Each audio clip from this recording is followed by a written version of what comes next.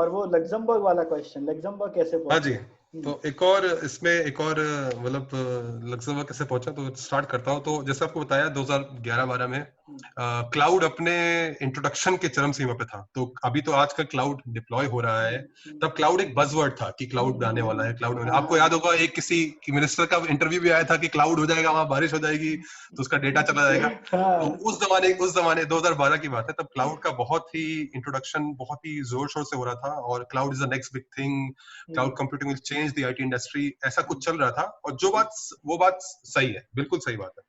अभी आप देखोगे 2020 में जितनी भी कंपनीज हैं, बड़ी कंपनीज हैं, और जो क्लाउड के करियर्स हैं, आप देखो ना, Amazon का सबसे बड़ा जो उनका रेवेन्यू आ रहा है वो क्लाउड से आ रहा है, AWS से आ रहा है। तो ये एक हार्ड फैक्ट है, ये एक प्रूफ है कि cloud is the thing now.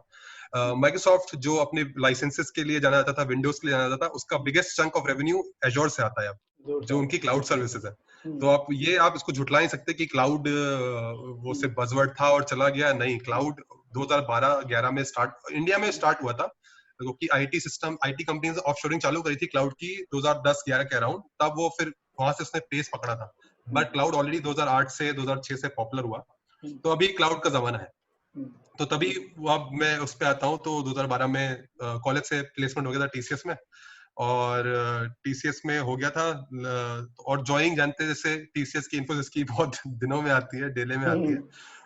तो कई बार लगता है कि आप घर पहुंच गए वापस, और बस वेट कर रहे हैं कि ज्वाइनिंग कब आएगी। तो वो बहुत ही क्रेजी पीरियड होता है कि आप यार जो आए तो हम जाएं, या कभी 6 महीने लग जाते हैं, कभी 8 महीने लग जाते हैं, कभी 3 महीने में आ जाती है। तो वही टाइम था TCS का। जून 2012 में घर वापस पहुंच गए, और ज्वाइनिंग किसी की नहीं आ रही थी। मेल आया फिर सितंबर में कि ज्वाइनिंग है दिसंबर में, 6 महीने बाद। तो मैंने कहा कि ठीक है, अभी टाइम है तो कुछ और कर लिया जाए। तो फिर उसी बीच TCS ज्वाइनिंग से 15 दिन पहले आपने सुना होगा एक ई-लिटमस का एग्जाम होता है, ई-लिटमस का, वो मैंने दिया हुआ था एग्जाम। काफी लोग रेकमेंड करूंगा 2 एग्जाम, क्योंकि वो एग्जाम बहुत टफ होता है, और आपकी ऐसी की तैसी करके रख देगा वो। कैट से भी डिफिकल्ट होता है एग्जाम, तो सिर्फ मजे के लिए एग्जाम दे दो, एक एक्सपीरियंस के लिए दे दो।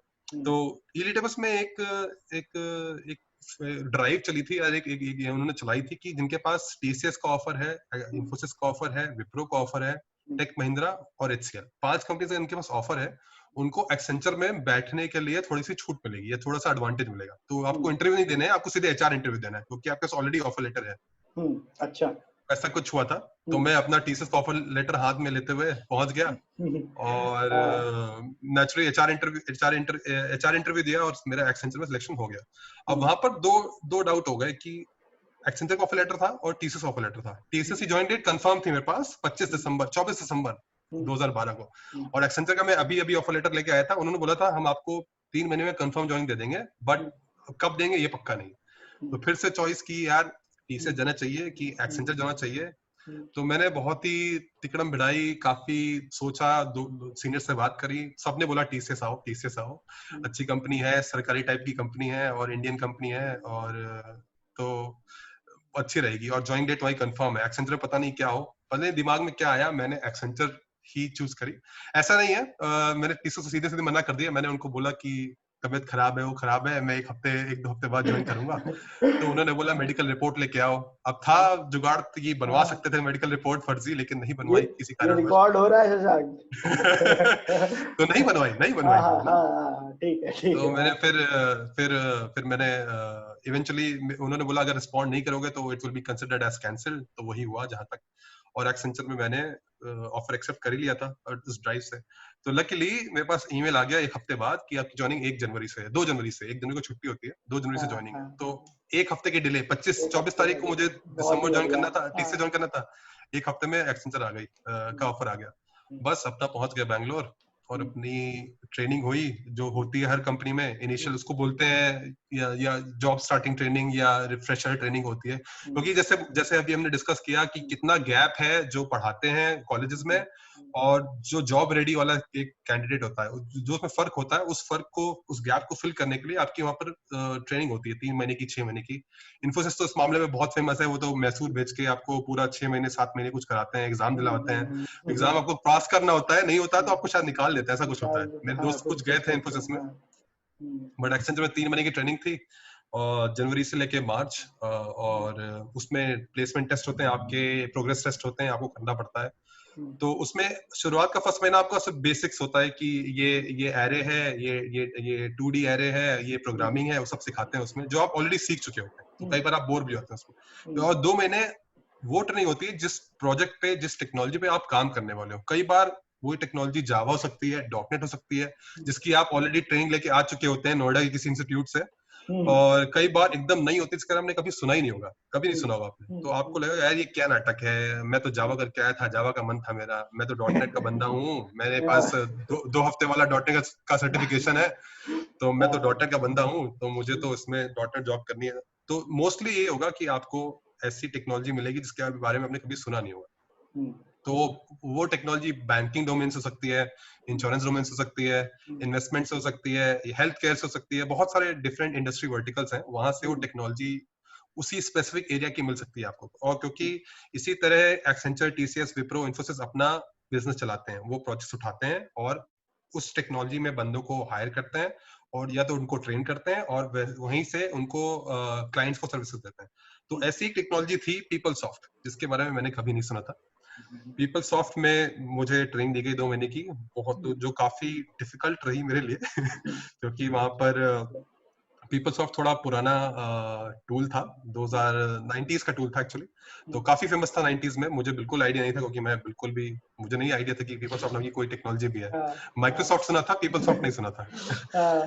तो 2 महीने की ट्रेनिंग हुई पीपल सॉफ्ट में, और अंत में क्या हुआ, पीपल सॉफ्ट के में 20 बैच में 20 लोग थे मेरे, और 19 लोगों को पीपल सॉफ्ट की टेक्नोलॉजी मिल गई। उन्हें प्रोजेक्ट से कॉल आ गई कि हाँ, ये बंदा इस गुड़गांव ऑफिस जाएगा, ये बंदा कोलकाता ऑफिस जाएगा, ये बंदा पुणे ऑफिस जाएगा। वहां ये होता था, वो कॉन्ट्रैक्ट में लिखा होता था, कॉन्ट्रैक्ट में कि ट्रेनिंग के बाद आपको कहीं भी भेज सकते हैं। तो सही तरीके से, यूजुअली ज्यादातर बैंगलोर, क्योंकि हब है बैंगलोर और हैदराबाद, वहीं भेजेंगे।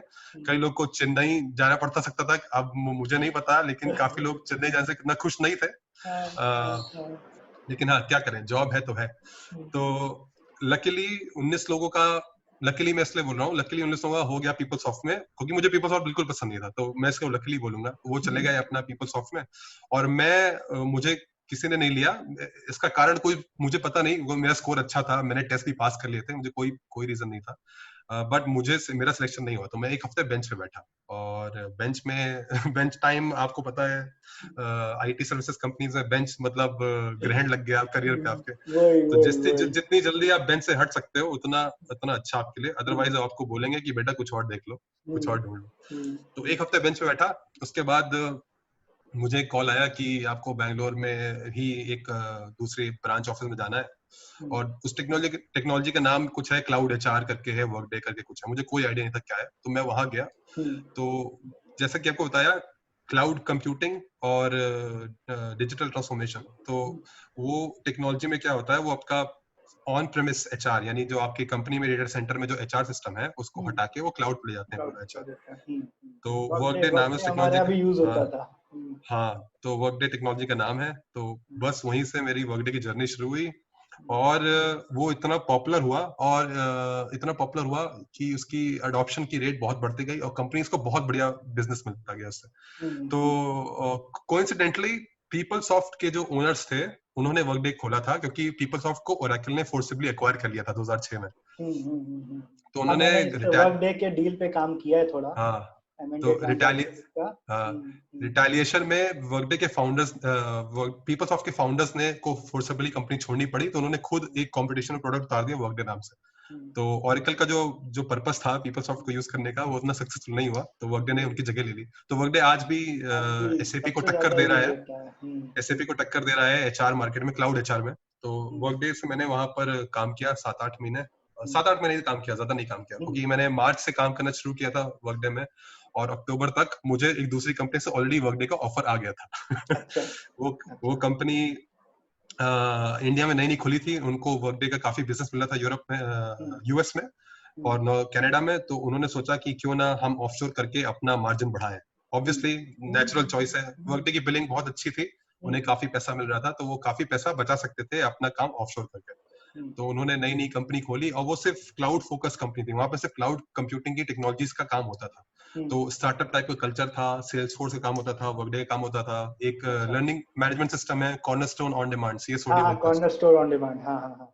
तो उसका काम होता था, तो काफी अच्छा काम था क्लाउड माइग्रेशन का और काफी अच्छा बिजनेस आ रहा था, तो उन्होंने एक्सपैंड किया काफी। तो उस कंपनी का मैं 5th एम्प्लॉय था इंडिया में। अच्छा, तो कॉर्नरस्टोन वर्कडे कॉम्पिटिटर ही है क्या? वो बेसिकली वो कॉर्नर्स एचआर ट्रेनिंग नहीं, देता है, वो ट्रेनिंग्स का है वो। कॉम्पिटिटर नहीं है वो, एक दूसरे को कॉम्प्लीमेंट करते हैं। तो एक हाँ एचआर हाँ हाँ सिस्टम है हाँ और एक एलएमएस है, लर्निंग मैनेजमेंट हाँ, सिस्टम। लर्निंग मैनेजमेंट सिस्टम है, हाँ। तो लर्निंग एंड डेवलपमेंट एचआर का एक मॉड्यूल होता है, तो उसका एक अलग वर्जन था, क्योंकि वर्कडे के पास एलएनडी का कोई प्रोडक्ट नहीं था, तो वो नहीं था। उनसे पार्टनरशिप करते थे। अच्छा। तो सेल्स फोर्स हो गई, वर्कडे हो गई, कॉर्नरस्टोन ऑन डिमांड हो गए, हम्म, ये सब टेक्नोलॉजी का काफी अच्छी बिलिंग थी, काफी प्रोजेक्ट्स खुल रहे थे। और ऐसा नहीं है कि सिर्फ एक छोटी कंपनी थी, एक्सेंचर ने भी अपनी वर्कडे प्रैक्टिस बढ़ाना चालू कर दी थी जब मैं था वहां पर। उनके ऑलरेडी करीब 200 कंसल्टेंट्स थे बैंगलोर में, जब 2013 की बात कर रहा हूँ मैं। तो मैंने ऐसे ही ज्वाइन करी कंपनी वर्कडे की, और अपीरियो में मैंने उस कंपनी में 1.5-2 साल काम किया, दो साल कुछ काम किया मैंने वहां पर। मैंने काफी कुछ सीखा वर्कडे का। फिर मुझे मतलब मैंने अपने आप कुछ नहीं किया था, मुझे रैंडमली लिंक्डइन, मैंने आपको बोला मैं लिंक्डइन पे स्टॉक करता रहता था लोगों को, क्या चल रहा है, क्या रेलेवेंट है। ऐसे ही मैं किसी रिक्रूटर के प्रोफाइल को स्टॉक कर रहा था, और रिक्रूटर था ऑस्ट्रेलिया का, एक्सेंचर ऑस्ट्रेलिया का। उसने मुझे कांटेक्ट किया कि क्या आप इंटरेस्टेड हो करने में। मैंने कहा मैं इंटरेस्टेड तो हूँ, बट मेरे पास ऑस्ट्रेलिया का वर्क परमिट नहीं है, ना पीआर है, ना कुछ है। उन्होंने बोला उसकी चिंता नहीं है, वो हम करा देंगे, बस आप आर यू इंटरेस्टेड। तो मैंने कहा नहीं की और पूछ, तो मैं कहा बिल्कुल इंटरेस्टेड हूँ। तो ऐसे ही मेरा इंटरव्यू हुआ, एक्सेंचर में हुआ। तो मैंने पूछा कि एक काम, मुझे बस एक सवाल पूछना है, मेरा एक्सेंचर इंडिया से तो कोई वो नहीं है इंटरेक्शन इसमें। तो उनका नहीं, आपका पूरा काम ऑस्ट्रेलिया का है, आप एक्सेंचर ऑस्ट्रेलिया के एम्प्लॉय होगे, ऑन शोर नहीं जाओगे, है ना। आप ऑन शोर नहीं होगे कि आप इंडिया के एम्प्लॉय बन के ऑन शोर गए हो। तो उनका नहीं, आप एक्सेंचर ऑस्ट्रेलिया का एम्प्लॉय होगे, आपका पेरोल एक्सेंचर ऑस्ट्रेलिया का होगा। तो मैं कहा इससे अच्छा क्या हो सकता है। तो इससे अच्छा तो क्या हो सकता है। मैंने इंटरव्यू दिया अपना, और मेरा एक्सेंचर ऑस्ट्रेलिया में हो गया। तो मैं 2015 में चला गया सिडनी।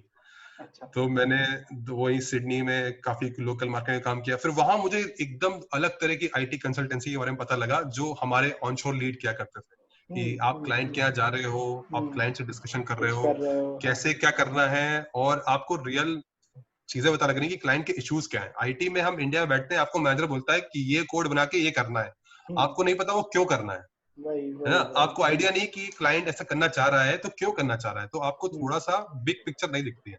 सही बात है। जब मैं ऑस्ट्रेलिया गया तो मैंने देखा कि क्लाइंट की दिक्कत क्या है। तो मैं एग्जांपल देता हूँ, क्लाइंट को एक बंदे को हायर करने में 16-17 स्टेप्स लगते थे, और उन 16-17 स्टेप्स को कंप्लीट करने में कम से कम उनको 1.5 महीना लग जाता था। तो 45 दिन में उनको एक बंदा हायर हो रहा है, तो उनको काफी इसमें टाइम जाता है, पैसा जाता है, और कई भी कभार जब तक वो बंदा हायर होता है वो अपॉर्चुनिटी चली जाती है। तो क्लाइंट ने पैसा वेस्ट किया किसी को हायर करने में, सैलरी देने में, और वो बंदा आ गया, वो काम ही नहीं है, तो वो एकदम से निकाल भी नहीं सकते, तो उनको बहुत, उनके बिजनेस को लॉस हो रहा था। तो वर्कडे ने पिच किया कि हमारे पास सोल्यूशन ऐसा है कि आपकी हायरिंग या आपके हायरिंग प्रोसेस को हम कम कर देंगे, स्टेप्स में कम कर देंगे, और जहां 45 दिन के काम को हम आपको 2 हफ्ते में करके दे देंगे। तो ऐसा प्रॉमिस किया वर्कडे ने, और Accenture being a Workday partner, हम लोग उस प्रोजेक्ट पे थे जहां हमने उस क्लाइंट को हेल्प की। और इनफैक्ट हम देख सकते हैं वहां पर, हमने देखा कि गो लाइव के बाद जब कोई बंदा उस कंपनी में अप्लाई करता था, तो उसको 2 हफ्ते में बंदे का ऑफर लेटर आ गया, और 2 हफ्ते में he is on the job, वो जॉब पे है। तो क्लाइंट को डेफिनेट फायदा देख रहे को मिला। और आपको ना ऐसी चीज देख के, नहीं आपने डिलीवर की है, आप ऐसे प्रोजेक्ट का हिस्सा हो, तो आपको सेंस ऑफ बिलोंगिंग आती है, आपको लगता है कि हाँ यार मैंने कुछ अचीव किया है। वही वही बहुत इम्पोर्टेंट है। यहाँ पर हम अपना कोड कमिट करके खुश हो जाते हैं इंडिया में, कि भाई कोड कमिट हो गया, यूएटी में चल रहा है, प्रोडक्शन में चलेगा, बस बस अपना पार्टी। लेकिन ठीक है, अच्छी बात है, वो आपका कोड चल रहा है, अच्छी बात है, बट आपको जब बिग पिक्चर पता लगेगी कि यार हमने एक्चुअल में क्लाइंट की क्या प्रॉब्लम सॉल्व करी, तो आपको लगेगा कि मैंने ऐसे किया, हमने ऐसे स्टेप्स लिए team as a part of the team, और ये बिजनेस बेनिफिट प्रोवाइड किया हमने क्लाइंट को, तो वो बहुत बड़ी बात होती है। और जो लोग आपका अभी प्रोफाइल एमबीए, भी बिल्डअप होता है उससे, कि हाँ आपने कि एग्जैक्टली आपका और सीवी भी बिल्डअप होता है। हम्म, और आप लोगों से बात करते हो, क्लाइंट के रिप्रेजेंटेटिव से बात करते हो, तो आपको उनकी प्रॉब्लम पता लगती है। आपने कभी कभार आपको आइडिया नहीं होगा कि वो प्रॉब्लम कैसे सॉल्व होगी, हम्म, राइट? तो आप अपनी टीम से बात करोगे, इवेंचुअली आप एक सोल्यूशन लेके आओगे, और वो सोल्यूशन आपको आगे भी काम आ सकता है डिफरेंट क्लाइंट के यहाँ, क्योंकि हम्म, आपने ऑलरेडी ऐसी चीज कर रखी है। हम्म, तो ऐसे आपने, जैसे आपने बोला, आपकी प्रोफाइल बिल्डअप होती है, आपका आपका ट्रेजेक्टरी बिल्डअप होता रहता है, तो आप कंसल्टिंग में एक्चुअल कंसल्टिंग कर रहे हो। आपसे हम्म, क्लाइंट क्लाइंट ने आपको कोई प्रॉब्लम बताई, आपने अपने एक्सपीरियंस के अकॉर्डिंग उसको एडवाइस दी, और उस एडवाइस को इम्प्लीमेंट करने के बाद क्लाइंट की प्रॉब्लम सॉल्व हो गई। तो ये एक्चुअल कंसल्टिंग जिसको बोलते हैं, वो आपने हम्म, करी। हम्म, नॉट लाइक कि आपको कोई काम दिया गया कि भाई ये कोड बना दे, हम्म, ये दो पैरामीटर्स हैं, इनपुट ए, इनपुट बी और आउटपुट सी आना चाहिए। ये ठीक है, अच्छी बात है, ये आप करके आपका जॉब चल रही है, अच्छी बात है, but you are not getting the big picture. मेरे ख्याल ये कई एक लोग इसमें, इनिशियल स्टेप हो सकता है कि आप इनिशियल हाँ पहले दो एग्जैक्टली तीन साल में ये करो, बट आपका करो, टारगेट होना चाहिए कि आगे चल के मैं होलिस्टिक पिक्चर देख सकूं। एग्जैक्टली तो हम्म, मैं ऐसा नहीं कह रहा हूँ कि सबको ऐसा करना पसंद है। कई लोग हम्म, पीपल ओरिएंटेड नहीं होते, उन्हें हम्म, उन्हें पता है कि मुझे कोड करना है, उन्हें कोड हम्म, पसंद है, कॉफी पी और कोड करा, उनको मतलब होता है इन से। हम्म, ठीक है, अच्छी बात है। कई लोग को चाहिए होता है वो पीपल एक्सपीरियंस, कई लोग को चाहिए होता है कि यार ये बिग पिक्चर क्या है, मैं ये कर रहा हूँ तो क्यों कर रहा हूँ, इससे हम्म, किसी का क्या फायदा हो रहा है। तो हम्म, वो जानने के लिए आपको ऐसा एक्सपीरियंस चाहिए जो आपको ऑनेस्टली इंडिया में अभी तो नहीं मिलेगा। मैं देख रहा हूँ हम्म, 7-8 साल से, तो इंडिया में तो ऐसा नहीं मिलेगा, क्योंकि इंडिया का कॉन्सेप्ट ही दूसरा है ऑफशोरिंग का। वहां पर आईटी का कल्चर ही डिफरेंट है। आपका काम ऑफशोरिंग का है, आपको जो काम दिया जा रहा है वो क्लाइंट के लिए आपको करना है, बट आपको नहीं पता, क्योंकि आप फर्स्ट लाइन ऑफ डिफेंस तो नहीं बोलूंगा, फर्स्ट लाइन ऑफ इंटरेक्शन में आप नहीं हो वहां पर, नहीं है। क्योंकि आपके लिए आपके बिहाफ पे कोई और इंटरेक्ट कर रहा है। हम्म, तो ये फर्क है इंडियन आईटी आउटसोर्सिंग का, जो काम इंडिया में होता है और जो काम बाहर होता है।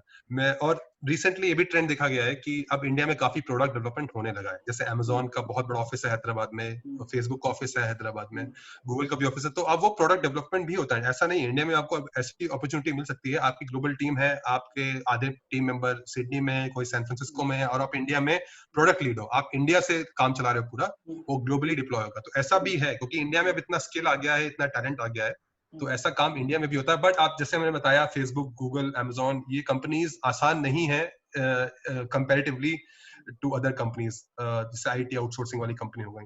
तो यस, अगर आपके पास स्किल्स हैं, अगर आपके पास अपॉर्चुनिटीज हैं, तो definitely go for these companies. Hmm, अगर आप already TCS, Tech Mahindra, Infosys, Accenture में हैं, तो आपके लिए जो मैंने बताया आपको, आईटी कंसल्टिंग का जो मैंने एक्सपीरियंस बताया, वो अगर आपको चाहिए तो आपको ऐसा कुछ करना पड़ेगा। वो कॉन्फिडेंस आपको तभी आएगा, ऐसे कभी नहीं हम्म। आएगा।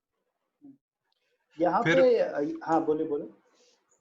तो फिर मैं बता रहा था, फिर सिडनी में मैंने 2-2.5 साल हम्म, काम किया, हम्म, और वहां पर काफी सीखा मैंने, काफी 6-7 प्रोजेक्ट काम किया, क्लाइंट से बात करी, उनकी प्रॉब्लम समझी, आई एचआर इंफॉर्मेशन सिस्टम्स या एचआर आईटी में क्या प्रॉब्लम्स है वो समझी, तो काफी उससे नॉलेज मिली। और उसी में, जैसे आपने बोला, प्रोफाइल बनती गई, ट्राजेक्टरी बनती गई, और मैंने काफी काम कर लिया था सिडनी में, ऑस्ट्रेलिया में, और काफी ट्रैवल के अपॉर्चुनिटीज भी मिले, सिडनी से मेलबर्न, न्यूजीलैंड, सिंगापुर आने जाने का रहा। फिर और उसके पीछे पीछे मैं भी नेचुरली लक्समबर्ग चला आया ऑस्ट्रेलिया से। So that's the current story, और अब हम हैं लक्समबर्ग में।